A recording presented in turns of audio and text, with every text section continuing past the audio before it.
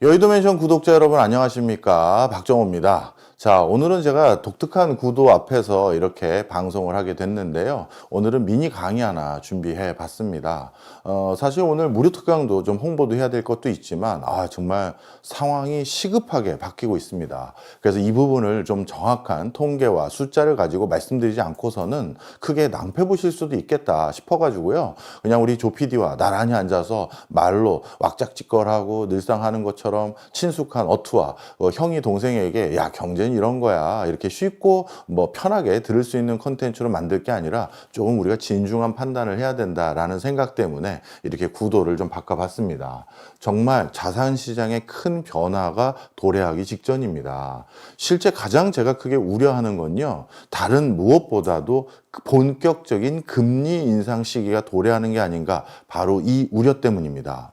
사실 지금 환율도 전쟁이라는 엄청난 특수성이 생기는 바람에 1,500원을 돌파했습니다. 사실 저도 올 초부터 환율은 1,500원은 결코 가지 않습니다라고 말씀을 드렸던 이유는 이거 전쟁 정도 나지 않고서는 우리나라 환율이 무슨 1,500원이 갑니까? 이런 어떤 뉘앙스가 깔린 건데 결국 중동에서 전쟁이 일어나서 환율도 1,500원이 갔고요. 그것 때문에 연초에 한국은행이나 KDI나 이런 국가기관에서 제공했던 물가 인상률에 대한 전망치도 모두 수정돼서 고물가가 예상됩니다. 그럼 고환율, 고물가, 그런 이 과정에서 자연스럽게 도래할 수밖에 없는 것은 고금리 기조의 본격화입니다.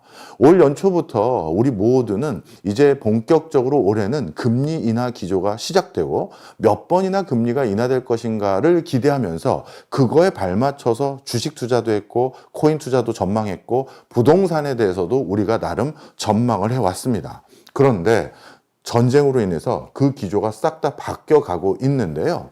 아직 기준금리에 대해서 말씀드리기 전에 기준금리야 금통위 회의라든가 이런 걸 통해서 정책 기조가 바뀌는지를 보는 것이지만 실시간적으로 바로 금리 기조의 바뀜을 알 수 있는 거는 각 국가의 국채금리죠. 그런데 지금 국채금리가요, 난리가 났습니다.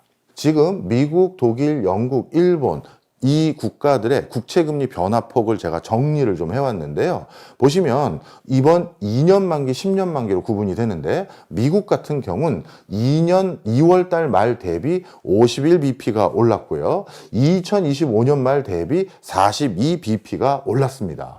그리고 10년물 기준으로는 42, 그 다음에 19bp가 올랐습니다. 그래서 미국은 어떤 상황이냐? 2025년 7월 이후 미국 국채금리가 지금 최고조까지 올라온 상황입니다. 독일도 한번 설명드리면요. 독일도 2월 말 대비 68, 그리고 2025년 말 대비 55, 그리고 10년물도 38에서 17 급등한 상황입니다. 그럼 독일은 얼마나 국채금리가 오른 거냐? 바로 10년물 기준으로요. 2011년 7월 이후 처음으로 국채금리가 3%대를 넘었습니다. 근 15년 만에 있는 가장 이례적인 흐름입니다. 영국도 설명드리면요. 영국도 보시면 아시겠습니다만 지금 10년 말 기준, 10년물 기준으로 4.96%로 2008년 글로벌 금융위기 이후 처음으로 5%대에 첫 근접한 상황이 돼버렸습니다. 말 그대로 각 국가의 국채금리가 폭등했다, 이렇게 보시면 되겠습니다. 물론 우리가 적용받는 시중금리라는 것은 기준금리에도 영향을 받지만 기준금리 못지않게 우리 시중금리의 기조를 결정하는 가장 중요한 요소는 국채금리입니다. 그런데 지금 이 국채금리의 흐름이요, 옆에 보시는 것만 보셔도 아시겠지만 2년물 기준으로도 지금 각 국가가 이 에너지 대란 막아드려야 되는데 갑자기 급전 필요하게 된 회사들 지원해야 되는데 하는 이유들 때문에 단기채를 엄청나게 발행하게 됐고요. 그것 때문에 국채금리가 급등한 상황입니다. 특히 주목하실 부분이 바로 2년물의 국채금리 상승폭이 10년물의 국채금리 상승폭보다 높다라는 점입니다. 미국도 그렇죠. 독일도 그렇죠. 영국도 마찬가지입니다. 이 얘기는 먼 미래까지는 아직까지 그것도 영향이 있죠. 올라갔으니까요. 그렇지만 지금 진짜 급한 불은 당장 이번 분기, 당장 6개월 뒤에 지급할 돈들 있는 거냐? 1년 안에 우리가 디펜스 할 수 있는 자금이 있는 거냐? 여기에 모든 국가가 발등에 불이 떨어졌다는 겁니다. 이렇게 구체적인 통계 수치로 말씀드리지 않으면 잘 와닿지 않아 하시더라고요.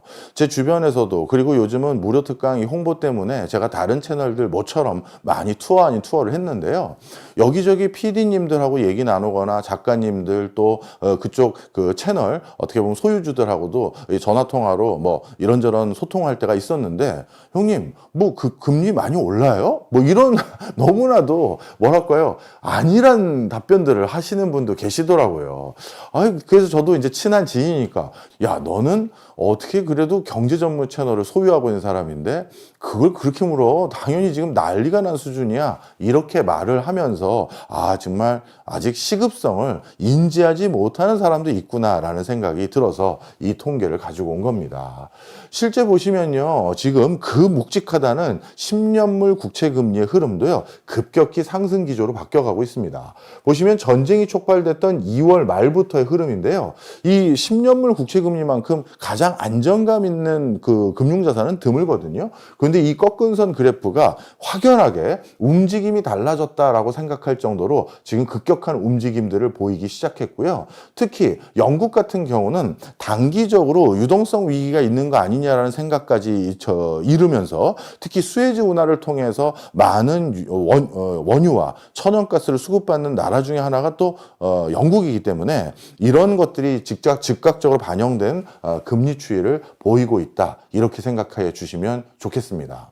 자, 그래서 이런 여러 가지 통계표들을 정밀하게 진단한 블룸버그 자료들도 봐도요, 마찬가지입니다. 주요국의 국채금리가 이렇게 급등한 적은 2008년 글로벌 금융위기를 마무리한 즈음의 수준보다 지금 더 많이 올라간 국가들이 많은 상황이고요. 특히 급격히 늘어나기 시작한 게 바로 또 일본의 국채금리 기조도 급격한 우상향을 그리고 있는 상황입니다. 그리고 중요한 것은 단기하고 장기의 금리 차가 좁아지고 있다는 건데요. 이것은 무슨 의미냐? 지금 당장 불확실성에 대비하기 위한 현금이 갑자기 필요할 때 내가 어디서 조달하기 어려울 수 있는 상황까지 전개될 수 있다는 걸 국가와 기업들은 대비하고 있다, 이렇게 보시면 좋을 것 같습니다. 그럼 정리해보죠. 금리 기조에 대해서 특히 많은 매체들을 통해서 말씀드리는 이유가 있습니다. 아마 여기 계신 분들도 살면서 인생을 살다 보면 한 번쯤 돈 구하기 어려워서 남에게 아쉬운 소리를 해야 되거나, 아니면 뭔가 좀 뭐랄까요, 자신이 크게 위축돼 본 경험들 없다고 할 수 없을 겁니다. 그런데 한번 그 경제적인 상황이 돈 구하기 어려운 상황으로 귀결돼 버리면요, 여기저기서 신용 경색이 생기고 그것 때문에 금융 경색이 생깁니다. 그러면 나 스스로는 정말 이런 대우를 받을 정도는 아닌 사람인데 은행을 가던 제2금융권을 가던 어딜 가도 이제 푸대접을 받거나 문전박대를 당하게 되는 상황도 내가 잘못해서 생긴 게 아니라 이 정도의 급변하는 상황이 되면요, 금융기관 스스로가 스스로 다잡으면서, 야, 지금은 신규 대출 해주지 말고 대출 연장해주지도 말고 보수적으로 심사해, 이런 기저가 생겨버려요. 그러면 이런 기저가 생겼을 때 그것 때문에 일어나는 고스란한 피해는 전부 내가 받게 되는 겁니다. 특히 그 과정에서 사업을 하거나 회사를 경영하거나 또는 회사를 계속 다닐 수 있다라고 생각한 분들 중에서 바로 그 부분에서까지 동시에 문제가 지금 직결되는 경우도 이런 상황이면 생기거든요. 실제 국내 대표적으로 나프타를 제공하는 업체들도 대기업들이 주로 나프타를 중소기업에게 제공해 주면서 그것 때문에 물건이 만들어지는 여러 밸류체인들이 구성이 되는데, 본인들 대기업들도 지금 당장 써야 될 물량이 반드시 있다라고 개런티를 할 수가 없는 물량이 없는 상황이 되다 보니까 물량을 중소기업들, 중견기업들에게 풀지 않고 있습니다. 그것 때문에 지금 현재 공장 가동이 중단되어 있는 회사들도 많아요. 자, 그러면 여러분 코로나 때 한번 생각해 보십시오. 우리 코로나 때 많은 소상공인들이 문을 닫거나 정말 경제적으로 나락으로 떨어진 적이 있었죠. 우리가 사업하는 사람들이요, 사업할 때 어떤 심리로 사업합니까? 매출이라는 게 항상 최고치를 갱신할 거야, 이런 막연한 낙관론 가지고 사업하는 사람 아무도 없습니다. 만약에 손님이 많이 안 와서 손님이 반토막이 나도 내가 우리 가게 운영하는 데는 별 무리가 없을 정도로 내가 허리띠를 졸라매고 종업원 숫자도 줄이고 하다못해 내가 청소도 직접 하고 설거지도 내가 직접 하면 되지 뭐 하면서 우리 모두 이렇게 타이트한 경영하지 않습니까? 손님이 절반으로 뚝 줄어도 난 견딜 수 있습니다. 우린 그런 심리로 비즈니스 하는 사람들이 많아요. 그런데 지금 상황은요, 중동이라는 가장 핵심 원자재를 공급해주는 곳에서 단절이 생기면 원자재 수급이 아예 어려워질 것을 우려해서 판매를 해주지를 않습니다. 2배 드릴 테니까 저한테 주세요라고 해도 낯설 것도 없어요 라고 하면서 아예 판매가 중단돼 버려요. 그러면 만들지를 못하는데 손님을 어떻게 반이라도 받을 수가 있습니까? 손님이 아예 뚝 끊기는 겁니다. 그러면 비즈니스 하실 때 갑자기 이번 달 매출이 0원이 되고 다음 달 매출도 0원이 되는 그런 것까지 전부 대비해 가면서 사업 수행하거나 아니면 가정을 꾸려나가는 분들이 계십니까? 그렇지 않잖아요. 따라서 지금 각 국가가 보이는 행보는요, 이 전쟁이 누가 감히 이번 달에 끝난다고 개런티할 수 있겠습니까? 다음 달에 끝난다고 개런티할 수 있을까요? 그게 없다 보니까 지금 확보할 수 있는 유동성을, 돈을, 국채를 발행해서 대거 확보를 해놓게 되는 상황이고요. 이렇게 국가가 주도해서 채권을 발행해서 시중에 있는 유동성을 본인들이 먼저 확보해서 그걸 회수해버리면 시중에서 돈 구하기는 점점 더 어려워지는 거고요. 국채 금리도 요즘 많이 준다는데 일반 개인이 와서 저도 돈 좀 빌리려고 하는데요 라고 하면 그 돈을 얼마나 이자를 더 많이 줘야 되겠습니까? 무슨 얘기인지 감 오시죠? 지난 주말부로 우리 주택담보대출금리가 드디어 7%를 돌파해버렸습니다. 야, 주택담보대출금리가 이제 7%를 넘었다? 그럼 만약에 이번 전쟁이 몇 개월 더 끌어갔을 때 저는 8%, 9% 터치할 수 있는 시장 메커니즘은 일어날 수 있다. 이렇게 봅니다. 물론 정부에서 이걸 또 인위적으로 통제하는 방법들도 있겠습니다만 그걸 통제했었을 땐 또 다른 형태로 우리의 세금이나 이런 걸로 벌충하게 되는 경우도 있거든요. 따라서 지금 우리가 가장 먼저 기억해야 될 것은 급격한 금리 인상 시기가 도래한다는 것이고요. 그럼 저한테 이렇게 물어보시는 분들이 계실 겁니다. 교수님, 그러면 만약에 이번 달이나 다음 달쯤에 어느 정도 전쟁이 일단락되면 어떻게 될까요? 라고 하시는 분들이 계신데 그러면 일단 급한 불은 끈 건 맞습니다만 그럼에도 불구하고 금리 동결 내지 금리 인상 기조에서 크게 달라지지는 않을 것 같아요. 왜 그러냐 하면요. 이미 전쟁이 한 달 넘게 끌어왔던 점도 있고요. 그 과정에서 지금 이 전쟁 기간 동안 원유를 생산하는 시설물들 중에 일부가 손상이 돼버렸습니다. 그래서 이걸 복구하는데도 또 몇 개월 이상 시간이 또 걸리는 부분이 있고요. 그 다음에 트럼프의 셀프 종전이 있다 하더라도 이스라엘과 이란이 이 엉킨 실타래를 단기간에 풀 것 같지는 않습니다. 그리고 우리는 유사일에 많은 전쟁이 끝나는 장면들을 우린 기억하지 않습니까?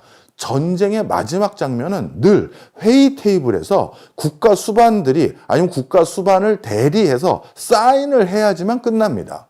그런데 유사일에 적어도 합법적인 사인을 통해서 종전을 선언했던 그 순간까지 이르렀던 기간들이 있잖아요. 아무리 짧아도 2개월에서 3개월입니다. 그러니 이거는 많은 국가들이 지금 이렇게 급격히 유동성을 확보하기 위해서 노력을 하는 이유가 그런 맥락에 있다라고 보시면 될 것 같아요. 그런 과정에서 우리나라의 기준금리 기조를 결정하는 한국은행 총재 리더십이 또 한 번 바뀌어가고 있습니다. 이번에 하는 총재 후보자가 바로 신윤성 교수님이 하는 총재로 지금 낙점이 된 상황인데요. 저도 뭐 직접 아는 분은 아니고 컨퍼런스에서 한두 번 먼 발치서 뵀던 분입니다. 그런데 한국에서 경제학자들이라든가 경제학도들이라든가 하는 사람들은 모두가 존경할 만큼 학문적으로는 우리나라 학자들 중에서 가장 탑에 있는 분이다, 이렇게 말씀드릴 수 있습니다. 저도 대학에 있고 또 학생들을 지도하기도 하고 저도 공부하는 사람인데요. 이런 정도로 학문적으로 권위자가 되기 위해서는 본인이 어떤 성격이어야 되는지 대충 감오시죠. 굉장히 꼬장꼬장해야 되고 굉장히 칼 같아야 되고 굉장히 엄격한 모습들이 있습니다. 사람한테 그렇다는 게 아니라 이 업무와 경제와 자기의 어떤 뭐랄까요? 세계관을 다듬는 과정이 그렇다는 겁니다. 그래서 이런 경향이 있는 분들 같은 경우는 위기 시에는 이렇게 해야 된다, 어떤 국가의 어떤 대응력은 어떤 식이어야 된다라는 그 FM 룰을 오히려 유두리보다는 그 룰을 지키려는 습성들이 훨씬 더 강합니다. 사실 파월 같은 변호사 출신의 연준 의장 굉장히 이례적인 경우거든요. 근데 변호사는 업무의 스타일이 어떻습니까? 변호사는요, 사건을 자기에게 맡겨준 사람에게 법률 서비스를 제공해 주는 거예요.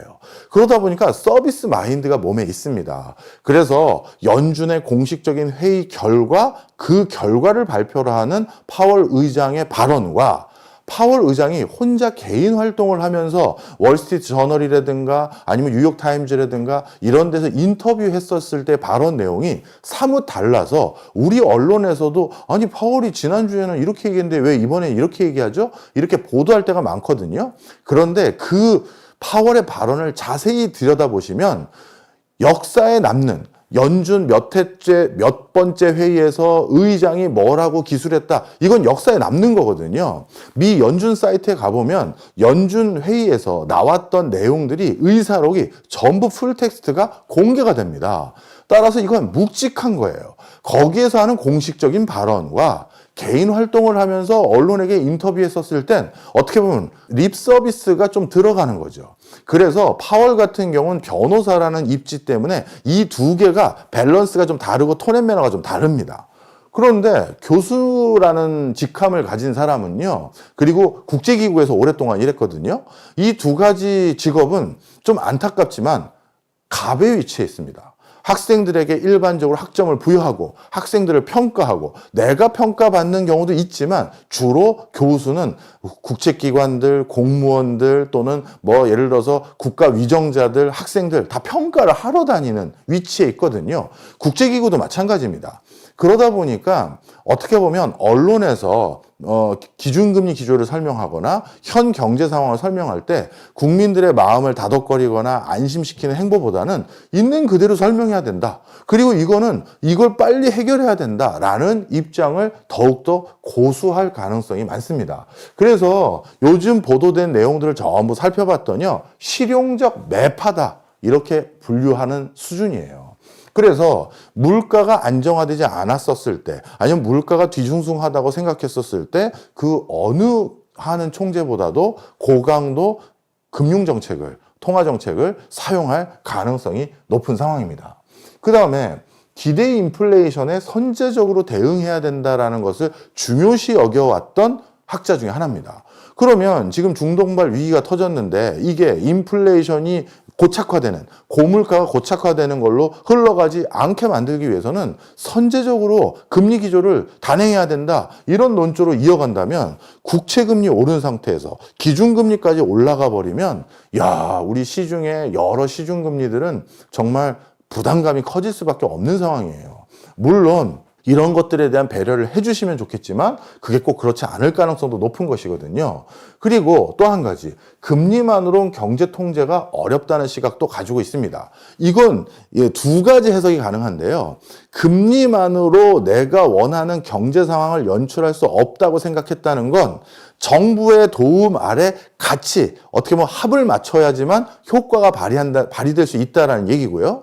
그런데 한은의 독립성과 그리고 정부와 한은은 각각 자기 역할을 해야 된다는 게 우리나라에선 금과 옥조처럼 생각해 왔던 것인데, 그럼 정부는 정부 나름대로의 미션을 또 해가야 되는 상황에서 한은과 호흡이 안 맞을 경우 결국 금리만으로는 경제 통제하기 어렵다라는 인식을 가진 사람은 그럼 자기 무기를 어떻게 쓰겠습니까? 더 고강도로 쓸 수밖에 없는 거죠.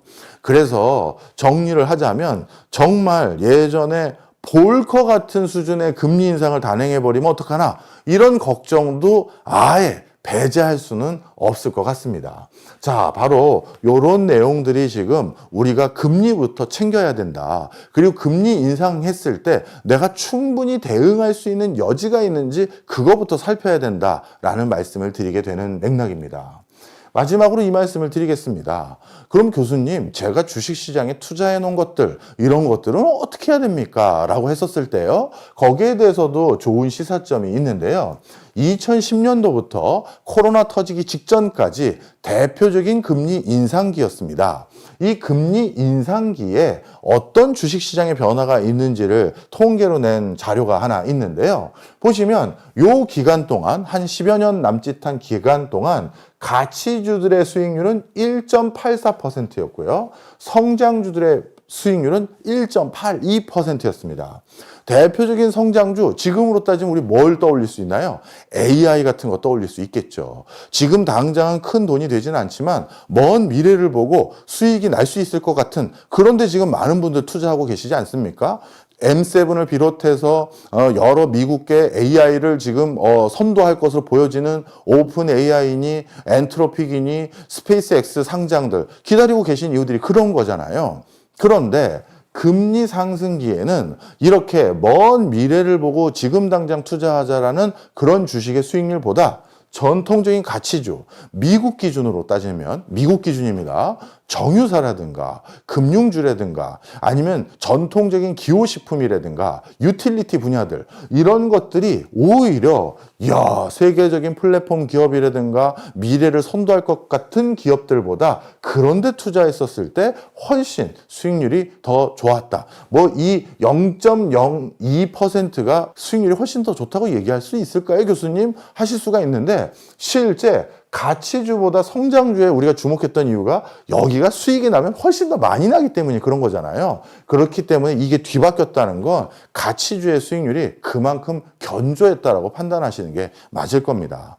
자, 그래서 지금은 우리가 주식시장에서 유망하다고 생각했던 분야들에 대한 포트폴리오를 한 번쯤 다시 재구성해야 될 초입에 왔고요. 그렇다면 구체적으로 우리 국장에서는 도대체 어느 거에 포트폴리오 주안점을 둬야 되며 어떤 종목에 관심을 둬야 되는지, 이런 것들을 제가 무료 특강으로 엮어봤습니다. 사실 이번 무료 특강은 본 강의를 하기 전에 그래도 많은 사람들에게 이 정도는 그냥 공짜로 알려드리자인 것도 있고요. 그리고 본 강의에 대한 홍보성도 같이 겸하고 있는데요.